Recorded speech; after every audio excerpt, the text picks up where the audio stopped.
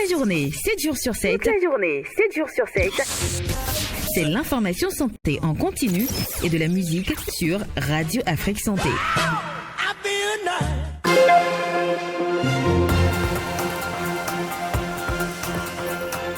Bonsoir et bienvenue dans ce 19h, le sommaire. L'affaire de l'homme d'affaires guinéen Balthazar Engonga est toujours au cœur des discussions au Bénin.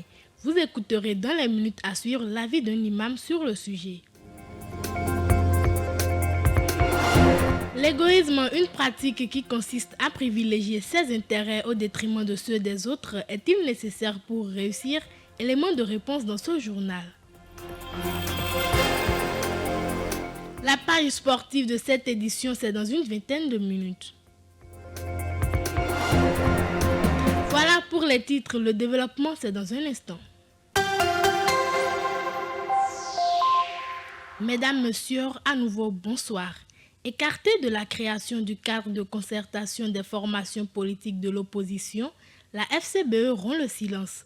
Les précisions avec vous, Ginette Fleur-Adandé. Mis de côté par les forces politiques et mouvements ayant porté sur les fonds baptismaux le cadre de concertation des formations politiques de l'opposition, les Foscori pour un Bénin émergent, FCBE, ont réagi à l'acte de Eugène Azatassou, Éric Rumleté, Expérience Tébé et compagnie. Selon une source proche de la formation politique, les Coréens n'ont été ni de près ni de loin associés à ce projet de création du cadre de concertation des formations politiques de l'opposition. Ils auraient eu l'information comme tout Béninois, mais n'étaient pas dans les secrets se prononçant sur les objectifs poursuivis par le cadre de concertation. La source proche a souligné qu'il n'y a que ceux qui ont porté sur les fonds baptismaux le cadre qui en connaissent les objectifs. Cela ne fait pas partie de notre préoccupation, peut-on lire dans les colonnes du matinal. Il soutient par ailleurs qu'actuellement, les FCBE sont focus sur 2026 et ne laisseront rien les perturber. Tout bouge, mais tout ne s'agite pas chez les Coris, peut-on lire, alors que les autres partis politiques, aussi bien de la mouvance que de l'opposition, s'organisent pour ratisser l'âge aux prochaines échéances électorales. Les Foscori pour un Bénin émergent semblent tomber en léthargie. Un avis que ne partagent pas les Coris. Pour le cadre de ce parti, il s'agit d'une option stratégique voulue pour le moment par le parti. Il rassure que le parti affûte ses âmes et précise que ce n'est pas parce que des partis politiques ne sont pas en alliance avec X ou Y qu'ils ne bougent pas, peut-on lire dans le matinal. Merci à vous, Ginette Fleur-Adandé. Lourde peine requise à la criette contre le passager d'un vol à destination du Moyen-Orient pour des faits de trafic de drogue. Le prévenu de nationalité nigériane a comparu le mardi 29 octobre 2024 devant les juges lors de son procès en correctionnel à la juridiction spéciale. Il fait l'objet de poursuites par le parquet spécial pour trafic de drogue à haut risque, rapporte Banuto. Selon l'accusation, il est reproché aux ressortissants nigériens d'avoir dissimulé dans ses bagages une quantité substantielle de cocaïne à destination du Moyen-Orient. Il a été appréhendé par les policiers en charge de contrôle de l'aéroport de Cotonou. Suite à son audition devant le procureur de la Criette, l'individu concerné a été placé en détention provisoire le 2 septembre 2024. Convoqué devant le juge en présence de son avocat, le ressortissant nigérien a plaidé coupable. Il a admis avoir dissimulé de la drogue dans ses bagages. Quelques nouvelles en télégramme sur le plan national et c'est avec Romaric Kitokbe.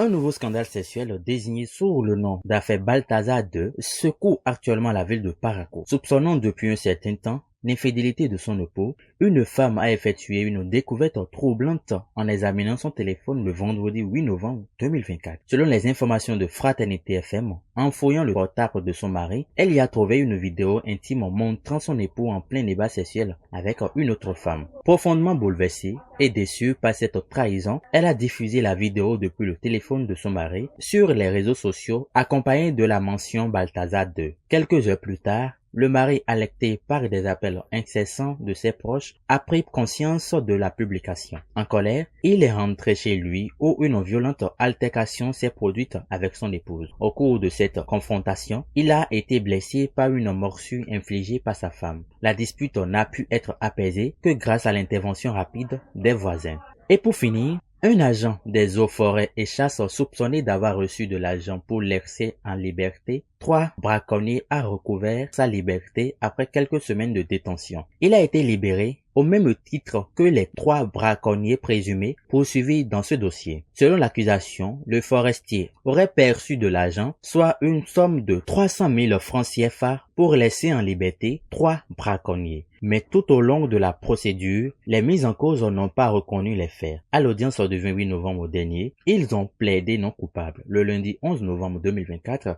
ils étaient à nouveau devant le juge de la Cour de répression des infractions économiques et du terrorisme qui, faute de preuves suffisantes, a prononcé leur relâche au bénéfice du doute. Radio Afrique Santé, votre santé, notre priorité. La pneumonie est une infection aiguë pulmonaire due le plus souvent à des bactéries. Elle survient d'emblée lors d'une évolution bactérienne comme celle de la grippe. Vous en saurez davantage dans cet entretien réalisé par Mathilde Aïmoa. Infirmier Fiacre Koudjina, bonjour. On parle aujourd'hui de la pneumonie. Alors, comment se manifeste cette maladie? La pneumonie n'est rien d'autre qu'une infection des poumons. Et cette infection provoque des inflammations au niveau des alvéoles dans l'un ou dans les 2 poumons. Ces alvéoles peuvent se remplir de liquide ou de pus, ce qui rend la respiration difficile. Alors, comme symptômes, les symptômes de la pneumonie varient très souvent en fonction de l'agent infectieux et de l'état de santé général de la personne. Mais les plus courants sont, je pense, la fièvre et les frissons et des toux chroniques. Et ces toux produisent du mucus de couleur verte, jaune ou même sanglante, des douleurs thoraciques, des essoufflements, une fatigue et des faiblesses, voire des pertes d'appétit. Parfois, nous avons des transpirations excessives. Si l'on doit se référer aux études scientifiques, quelles sont les causes de cette pathologie? La pneumonie peut être causée par différents types d'agents pathogènes, y compris des bactéries, des virus, des champignons ou des parasites. Alors, si nous prenons la pneumonie virale, elle est causée par des virus comme la grippe ou le virus respiratoire syncytial. Si nous prenons la pneumonie fongique, c'est la plus fréquente chez les personnes ayant un système immunitaire faible. Et la pneumonie bactérienne est souvent causée par des Streptococcus pneumoniae. Peut-on considérer la pneumonie comme une maladie grave et comment faire pour être à l'abri? La pneumonie peut être considérée comme une maladie grave, surtout pour certaines personnes vulnérables comme les nourrissons, les personnes âgées, les personnes ayant des maladies chroniques comme le diabète, l'asthme ou les maladies cardiaques, et les personnes ayant aussi un système immunitaire très faible. Dans les cas sévères, la pneumonie peut entraîner autant pour moi des complications comme la septicémie, des abcès pulmonaires ou une détresse respiratoire aiguë. Alors comme prévention, il faut faire la vaccination contre la pneumonie et des vaccinations contre la grippe, la vaccination aussi contre les virus. Il faut avoir une très bonne hygiène, se laver régulièrement les mains avec de l'eau et du savon. Utiliser des désinfectants pour les mains si l'eau et le savon ne sont pas disponibles. Il faut surtout éviter de toucher son visage, en particulier les yeux, le nez et la bouche avec des mains non lavées. Il faut avoir un mode de vie sain, c'est-à-dire maintenir un système immunitaire fort en ayant une alimentation équilibrée, en faisant de l'exercice régulièrement, en dormant suffisamment et en essayant de gérer le stress. Il faut limiter la consommation d'alcool. L'abus peut affaiblir le système immunitaire. D'accord? Si vous êtes malade, il faut rester à l'écart des autres pour éviter la propagation de l'infection. Des reins reste une priorité quand on tient à sa bonne santé. Mais quels sont les signes et symptômes précoces des problèmes rénaux dont il faudrait être conscient pour pouvoir consulter rapidement un professionnel de la santé? L'infirmier Koudjina Fiacre nous renseigne. Comme signes et symptômes précoces, nous avons les changements dans les habitudes urinaires. Je veux parler de la fréquence missionnelle. Parfois, le besoin d'uriner devient plus fréquent, surtout dans la nuit. Donc, on parle de necturie ou au contraire une diminution de la quantité d'urine. Et il y a un changement au niveau de la couleur et de l'apparence. Parfois, vous avez une urine mousseuse ou une urine qui contient du sang. On parle d'hématurie, et ce qui est anormal et peut indiquer des troubles rénaux. Nous avons des douleurs ou un cofon. Il y a une sensation de brûlure ou de douleur lors de la miction. Donc ça peut être aussi un signe de problème rénal, même si elle est plus souvent liée à une infection urinaire. Nous avons la fatigue et des faiblesses. Les reins sains ont l'habitude de produire une hormone appelée érythropoïétine qui stimule la protection des globules rouges. Donc une fonction rénale réduite peut entraîner une anémie et causant ainsi la fatigue, la faiblesse et les sensations générales de baisse d'énergie. On a des œdèmes, ce qu'on appelle communément gonflement. Donc nous avons des œdèmes au niveau des pieds et au niveau des chevilles, des mains, au niveau du visage. Donc sous les yeux, on a un gonflement qui peut indiquer une fuite de protéines dans l'urine, qui est un signe précoce de maladie rénale. Nous avons l'hypertension artérielle. Donc les reins ont l'habitude de jouer un rôle clé dans la régulation de la pression artérielle. Une hypotension nouvelle ou qui devient difficile à contrôler peut être parfois un signe de problème rénal. Nous avons les douleurs lombaires ou latérales. Il y a une douleur ou une gêne dans le dos, dans le bas du dos, surtout d'un seul côté, qui peut être associée à une infection rénale ou à des calculs rénaux. Donc cette douleur peut être aussi irradiée vers l'abdomen ou au niveau des plis de laine. Nous avons parfois des démangeaisons cutanées et aussi la peau sèche. Et les reins aident à éliminer les toxines du corps. Donc en cas de dysfonctionnement rénal, les toxines peuvent s'accumuler, causant ainsi des démangeaisons persistantes et une peau sèche. On a une sensation de goût métallique ou une mauvaise haleine. Donc l'accumulation des déchets dans le sang peut provoquer un goût métallique persistant dans la bouche ou une haleine amnoïque, Donc c'est un signe précoce d'une altération de la fonction rénale. Nous avons des pertes d'appétit, des nausées et vomissements. Il y a une accumulation de toxines qui peut parfois provoquer des troubles digestifs avec des pertes d'appétit, des nausées et des vomissements. Il y a une confusion ou trouble de concentration. Lorsque les reins ne filtrent pas correctement les déchets, des niveaux élevés des toxines dans le sang peuvent affecter le cerveau, ce qui peut entraîner des difficultés de concentration, de la confusion ou même des pertes de mémoire. Pour la consultation, si vous remarquez un ou plusieurs de ces signes, surtout si ces signes sont persistants, il est important de consulter un professionnel de la santé pour des tests de fonction rénale comme la mesure de la créatinine, l'analyse d'urine ou le calcul du débit de filtration glomérulaire. Donc il y a une prise en charge précoce qui peut aider à préserver la fonction rénale et à prévenir contre les complications graves. Comme je vous l'annonçais dans les titres, l'affaire Balthazar continue de faire réagir au Bénin. Après le choc, les critiques et autres récriminations, l'heure est à la sensibilisation pour un changement de comportement. L'imam Mouta Wakil demande aux autorités de se concentrer sur les nombreux cas existants dans leur pays et appelle hommes et femmes à revenir aux valeurs fondamentales, aux normes qui régissent nos sociétés. Aujourd'hui, nos enfants ne veulent même plus se marier. Avec tout ce qu'ils regardent dans les télévisions, il peut agir. Une fois qu'il est satisfait, il a besoin de femmes. Il a les femmes aussi qu'on fabrique les choses. Elle se satisfait, elle n'a pas besoin d'hommes. Donc ce qui se passe là, quand les gens s'étonnent, un bon religieux, un bon musulman ne devrait pas s'étonner. Parce que le prophète nous a prévenu. Le Coran, il dit quand la fin du monde arrive, vous verrez que l'enfant, ça c'est déjà dépendu. L'enfant enceinte sa maman, l'enfant enceinte sa soeur, vrai ou faux. Donc c'est déjà chaud. Quand l'islam vous disait, ne faites pas mélanger les hommes et les femmes ensemble, vous dites quelle est cette religion? C'est une religion qui a dit l'homme est égal à la femme ou la femme est égale à l'homme. Dans certaines spécialités, la femme peut être plus riche que l'homme, elle peut plus être intellectuelle que l'homme. Là, nous sommes égaux là-dedans. Mais il a le patron de maison. Quel est le patron de maison? C'est le mari. C'est pourquoi l'islam avait interdit de mélanger les hommes et les femmes. Parce que tout le corps de la femme est nu. Parce que l'homme, il a les hommes, en voyant telle femme, c'est elle qui le plaît sur elle. Il fera tout pour... vous les mettez ensemble. Et vous ne voyez pas, au lieu que la femme s'habille correctement quand elle va au travail, elle cherche à s'habiller, mettre les nyama tout. Les cils là où ça va plaire au patron. Pourquoi? Alors, elle doit être plus belle devant son mari, ses enfants à la maison. Mais c'est pourquoi à la maison, c'est débraillé. Quand elle veut sortir, il y a quelque chose qui ne va pas. Et dans les toilettes, vous ne pouvez pas mettre les caméras surveillées. C'est pas bon. C'est un club. C'est lui que vous avez trouvé. Et les autres clubs cassés. Les gens comme ça, ils ont des équipes partout dans le monde. Même nos familles et nos filles au Bénin, au Togo peuvent être dedans. Chez lui, vous croyez que c'est ça ce qu'il veut. C'est ça qui fait avancer son argent. C'est ça qui fait avancer son pouvoir. L'égoïsme, cette tendance à privilégier ses propres intérêts au détriment de ceux des autres, soulève des questions profondes sur la nature humaine et ses limites dans la quête du bien-être individuel. L'égoïsme est-il nécessaire pour réussir dans la vie? Élément de réponse dans ce micro-trottoir de Samuel Oukora.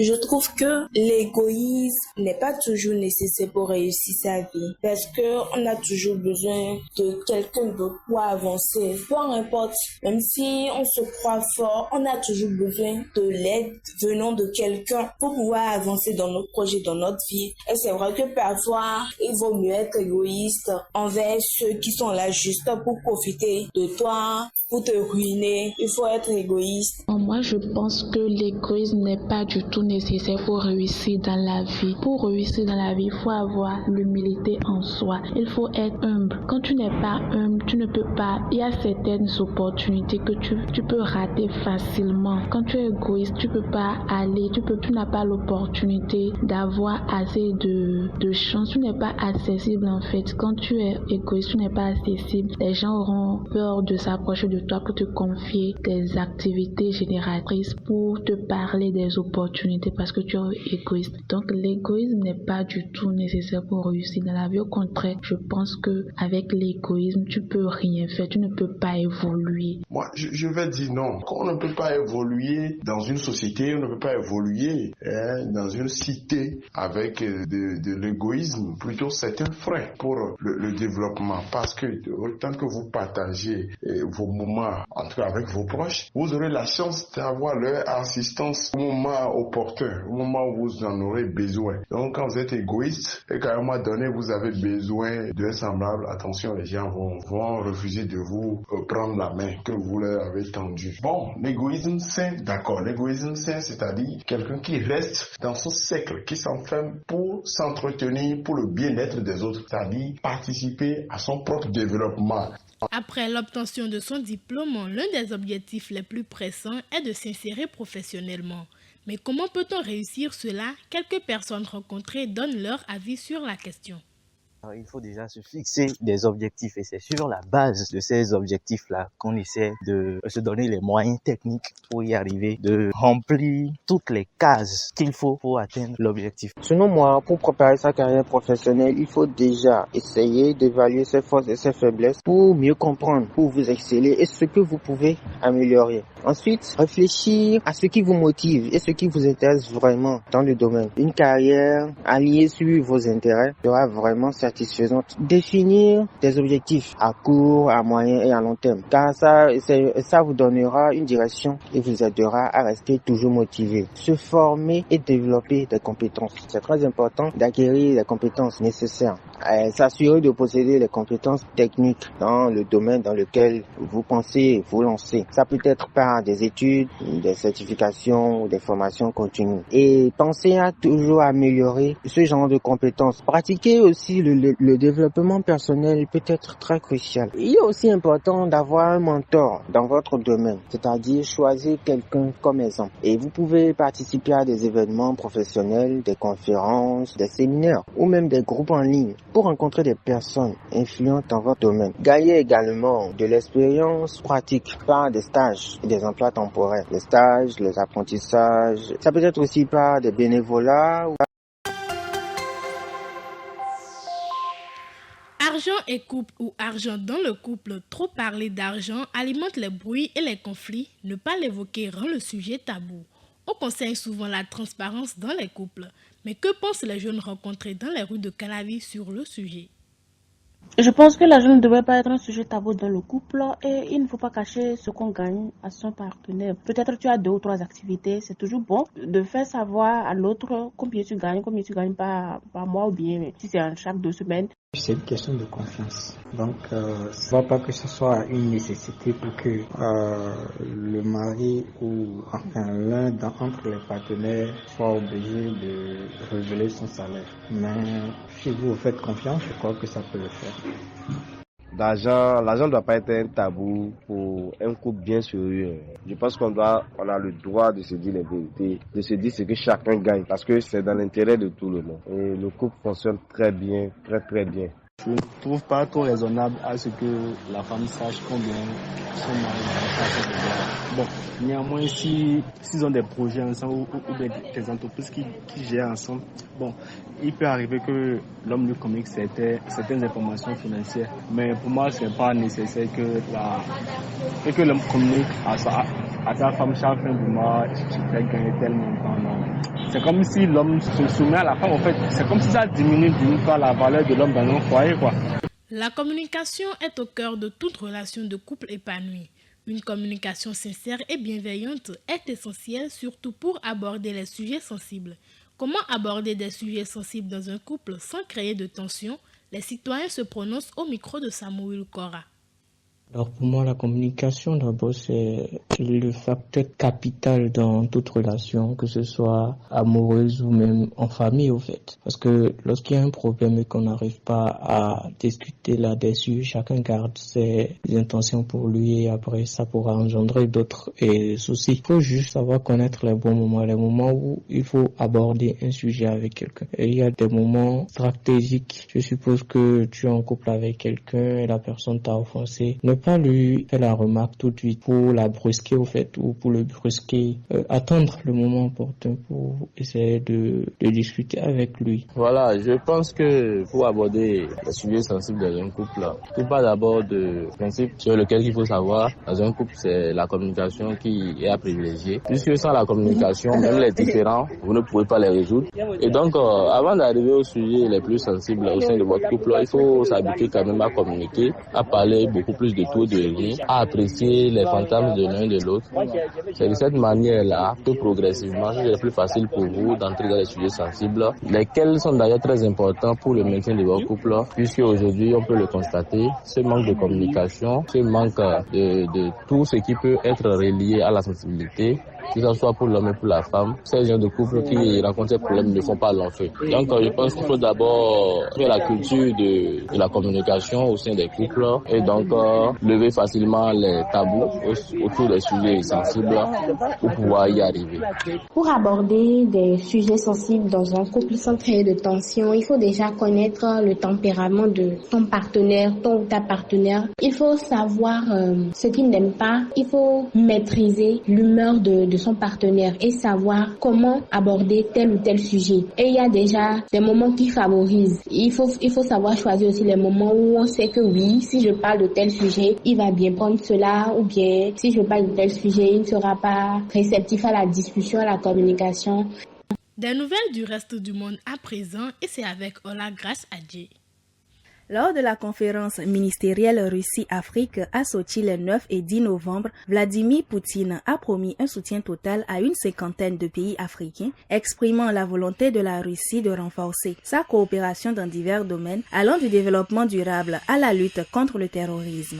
Cette rencontre fait suite à d'autres sommets et à des efforts russes pour contrer l'isolement international tout en dénonçant le néocolonialisme. Les discussions ont également porté sur des enjeux économiques avec un accent sur le développement numérique et l'exploitation des ressources naturelles en Afrique. Alors que certaines voix se demandent si l'intérêt de la Russie pour le continent est durable ou simplement opportuniste, les leaders africains espèrent tirer profit d'un partenariat stratégique à long terme pour répondre à leurs besoins en matière de développement. 4 jours après les violences qui ont visé des supporters israéliens en marge d'un match de football entre l'Ajax Amsterdam et le Maccabi Tel Aviv, dans la capitale néerlandaise, la situation sur place reste tendue. Dans la soirée du lundi 11 novembre, de nouveaux incidents ont eu lieu en ville. Des jeunes ont notamment mis le feu à un tramway, heureusement sans faire de blessés. Plusieurs individus ont une nouvelle fois été arrêtés ce lundi grâce à des images de vidéosurveillance. Des hommes âgés de 18 à 37 ans. Si l'un d'eux a été relâché, les 4 autres personnes, dont 2 mineurs, sont quant à elles toujours en détention provisoire dans ce dossier. Au moins 30 personnes ont été tuées lundi au Liban dans des raids aériens israéliens, selon des chiffres officiels. Les frappes ont visé pour la première fois la région de Akkar, à l'extrême nord du pays, près de la Syrie. Le Hezbollah a de son côté intensifié ses tirs de roquettes et de missiles qui ont couvert une grande partie de la Galilée jusqu'à la périphérie de la ville d'Haïfa, à 40 km de la frontière. Depuis le début des affrontements entre le Hezbollah et l'armée israélienne, il y a plus d'1 an, des dizaines dizaines de milliers d'habitants au Liban comme en Israël ont été contraints de quitter leur logement. Plusieurs tentatives de médiation entre Israël et le Liban ont eu lieu, notamment via les États-Unis et la France, mais aucune n'a abouti.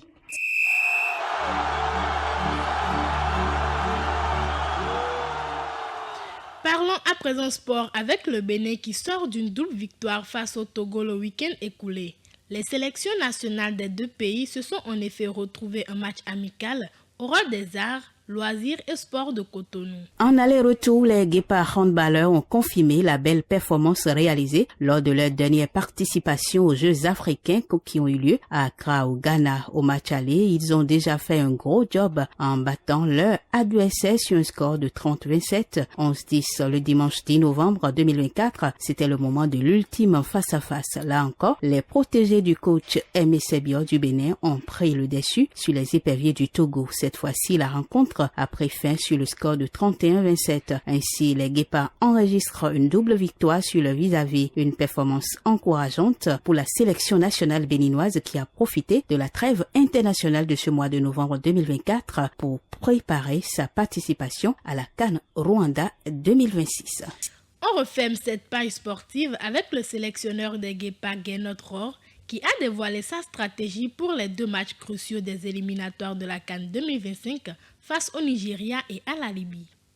Dans sa liste de 25 joueurs de retour attire l'attention le gardien Serge Obassa et le milieu offensif Lenny Piringuel. Ces renforts pourraient faire la différence dans les confrontations où l'expérience et la vivacité seront des atouts. Serge Obassa, qui évolue actuellement au Red Star au Nigeria, rejoint les gardiens Alagbe et Dondinu. Guénot compte sur sa connaissance du football nigérian, un avantage non négligeable. Autre retour notable, celui de Lenny. Évoluant à Rouen, ce dernier apporte une dynamique offensive, surtout face à une défense nigériane jugée parfois fragile. Pour compenser l'absence de Cédric Rontondi, blessé, l'entraîneur mise sur un duo défensif solide avec Olivier Verdon et Mohamed Tidjani. Il envisage également d'intégrer Ryan Adigo en tant que latéral polyvalent. Le sélectionneur national ne cache pas son réalisme quant à la difficulté de ces rencontres. Ça va se jouer sur les deux matchs, mais je pense que le Rwanda sera difficile à battre pour la Libye, surtout à domicile, déclare-t-il. Il souligne également que le Bénin a dû jouer ses matchs sur terrain neutre, contrairement à ses adversaires, mais que l'équipe s'adapte bien à Abidjan. Malgré les obstacles, l'état d'esprit est au rendez-vous.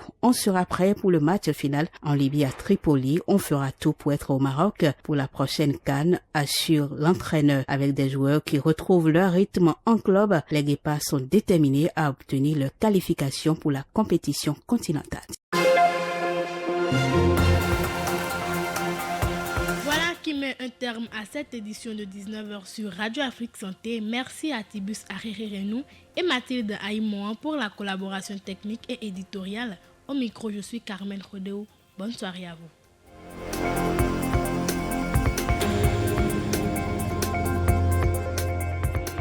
Annonceur. Annonceurs, mettez-vous en lumière. Profitez de nos tranches publicitaires pour toucher le max de public. Et oui, le max de public, on le touche pour vous, même à l'extérieur du Bénin.